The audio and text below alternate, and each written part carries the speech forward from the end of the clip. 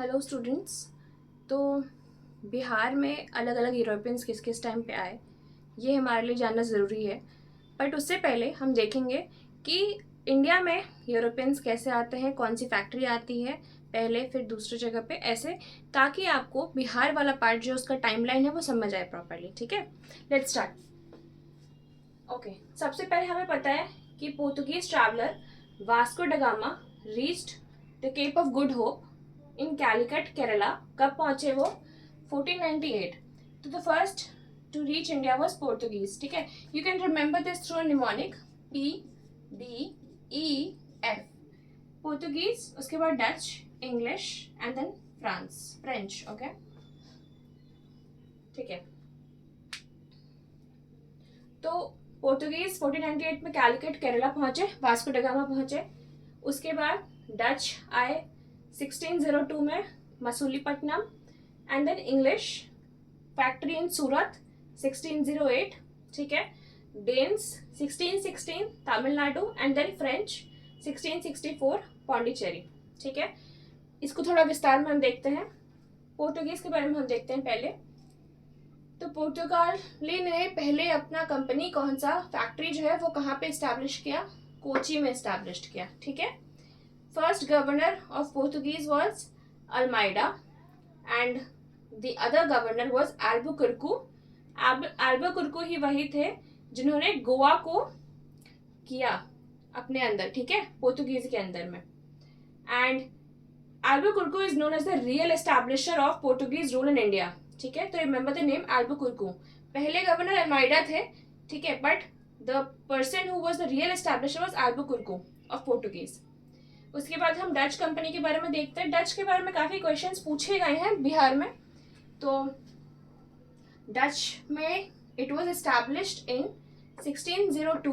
Company was established in 1602 and it came to India also in 1602. ठीक है, Dutch east India company जो है 1602 में एस्टैब्लिश हुई, पर इंडिया भी 1602 में आ गई। ये फर्क यहाँ पे आप देखो, ब्रिटिश का ईस्ट इंडिया कंपनी 1600 में फॉर्म होता है, पर वो इंडिया नहीं आती है। इंडिया वो 1608 में आती है। इस वजह से जो है डच दूसरे नंबर पे आती है इंडिया में। यही वो डिफरेंस समझना है आपको कि फॉर्म तो ब्रिटिश ईस्ट इंडिया कंपनी पहले हो जाती है 1600 में, पर 1602 में वो आ नहीं पाती, तो 1602 में डच आ जाती है यहाँ पे, ठीक है, इंडिया में। तो पहला कंपनी इसने सेंड किया अपना कहाँ पे? मसूलीपट्टनम में, आंध्र प्रदेश में। डच का पहला कंपनी है मसूलीपट्टनम में, है ना। और फिर ये इंडिया मतलब बिहार में कब आती है डच? 1632 पटना। अभी हम इसके बाद वाले स्लाइड में देखेंगे कि बिहार में कौन कौन सी कंपनियां आती है, फैक्ट्री कहाँ कहाँ सेट करती है। ठीक है, ओके, ये इंपॉर्टेंट है। बैटल ऑफ बेदरा किसके बीच में होता है? बैटल ऑफ बेदरा जो है ना, डच और इंग्लिश के बीच में होता है। ठीक है, ये बेदरा बंगाल में है। फिर जाके जो है इंग्लिश जो है डच को एलिमिनेट कर देती है इस एरिया से।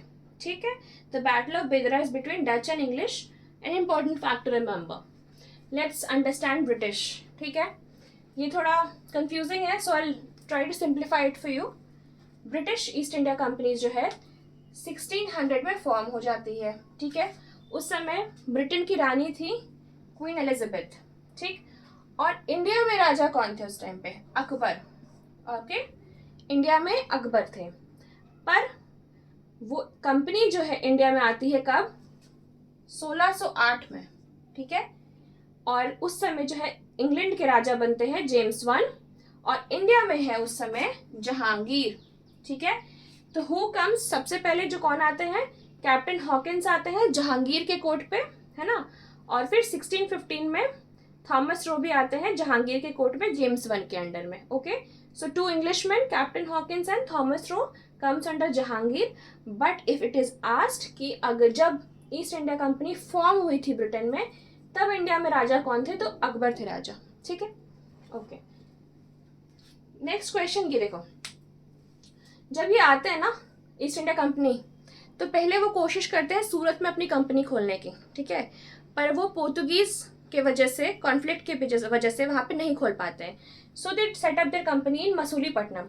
तो पहला कंपनी जो है ब्रिटिश कंपनी जो है, British India East India company, वो मसूलीपट्टनम में सेटअप होता है। ठीक है, पर ये जो परमानेंट कंपनी फैक्ट्री है वो सूरत में सेटअप होता है। ये क्वेश्चन PYQ में पूछा गया है कि first permanent factory of British East India company was set up where, so it was set up in Surat. ठीक है, सूरत में 1613 में पहला वो ईस्ट इंडिया कंपनी अपना सेटअप होता है। ठीक है, first company Masulipatnam but first permanent company at Surat. Okay, उसके बाद फ्रेंच है। डेन्स उतना इंपॉर्टेंट नहीं है हमारे लिए। ठीक है, तो हम फ्रेंच देखते हैं। फ्रेंच लुई 14 के टाइम पे इंडिया में सबसे ज़्यादा काम उसमें कौन किया, किसने किया? Colbert minister. जब लुई 14 थे तो कॉलबर्ट मिनिस्टर इंडिया में आते हैं। ठीक है, और जो पहला कंपनी सेटअप होता है फ्रेंच का, वो भी सूरत में ही होता है। ठीक है, और सेकेंड कंपनी जो है वो मसूलीपट्टनम में होता है। ठीक है, ओके। एंड पौंडीचेरी को कौन लाता है फ्रेंच रूल के अंदर? मार्टिन। पौंडीचेरी को कौन लाता है रूल के अंदर में? मार्टिन। शाइस्ता खान जो है औरंगजेब के गवर्नर थे, उन्होंने चंदर नगर को फ्रेंच को दे दिया। ठीक है, और फिर इसके बाद ही जो है एंग्लो फ्रेंच वॉर स्टार्ट होते हैं, जो कि काफ़ी लंबे टाइम तक चलता है, और फिर बैटल ऑफ ट्रीटी ऑफ वॉन्डिवॉश जो है 1760 से वो एंड होता है। ठीक है, और फिर फ्रेंच एलिमिनेट हो जाते हैं, और फिर इंग्लिश जो है पूरा वो अपने अंदर ले लेते हैं सब कुछ। ठीक है, ओके।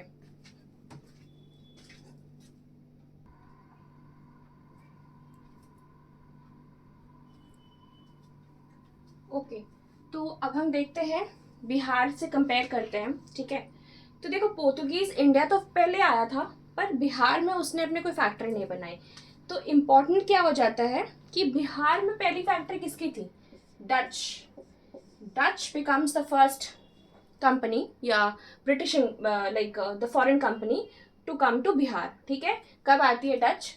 1632 में आती है, पटना कॉलेज में बनाती है वो अपना, नॉर्थ बिल्डिंग में अपना वो फैक्ट्री बनाती है। ठीक है, इंग्लिश पहला कोशिश अपना करती है आलमगंज पटना में।